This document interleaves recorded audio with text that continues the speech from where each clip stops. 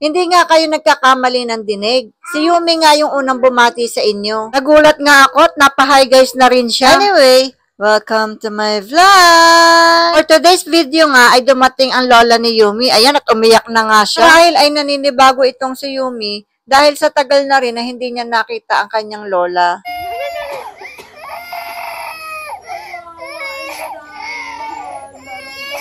Tingnan nyo naman, habag na habag itong bata. Anak, lola mo yan. Hala, at may pagpikit pa nga itong si Yumi. Kumukurap-kurap naman. Totoo nga ay natatawa kami dyan. Kasi ngayon lang namin nakita si Yumi na nagpipikit-pikitan. Milip pa nga kung andyan pa yung lola niya. At iyan, nung nakita niya ay nagpikit-pikitan ulit. Dito ay akala ko okay na nga itong si Yumi. Hindi pa pala. Kaya iyan, umiyak na naman siya ng malala. Sige nga lang iniyak nito ni Yumi at ayaw pa nga talaga niyang tumahan. At nung sinabi ko nga, tahan na, wala na.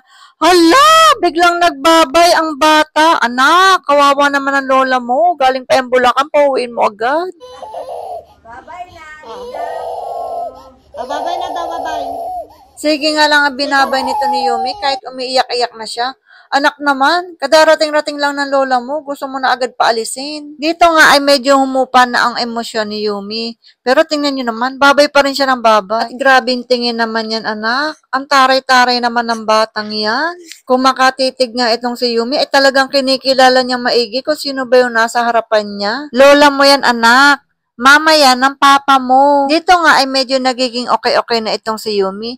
Kaya lang tingnan nyo naman, kahit anong aliw ng lola niya, hindi pa rin ito magawang mapangiti si Yumi. Pumasok nga muna kami niya ng bahay dahil pinatulog ko muna si Yumi. At paggising niya ay lola niya na ang kumuha sa kanya at hindi naman na siya umiyak. Nung kinagabihan naman, paglabas ko ng kwarto, ay ayan, nakita ko magkatabi na silang maglola. O diba? Parang walang naganap na iyakan kaninang umaga. Binuksan ko nga ang ilaw dito para mabidyohan ko silang dalawa. Kasi tingnan nyo naman, napasarap yata ang higa ni Yumi dito at may pagtaas pa ng dalawang paa. At dahil okay na sila, ay dito ko na nga lang din tatapusin itong video. Bye!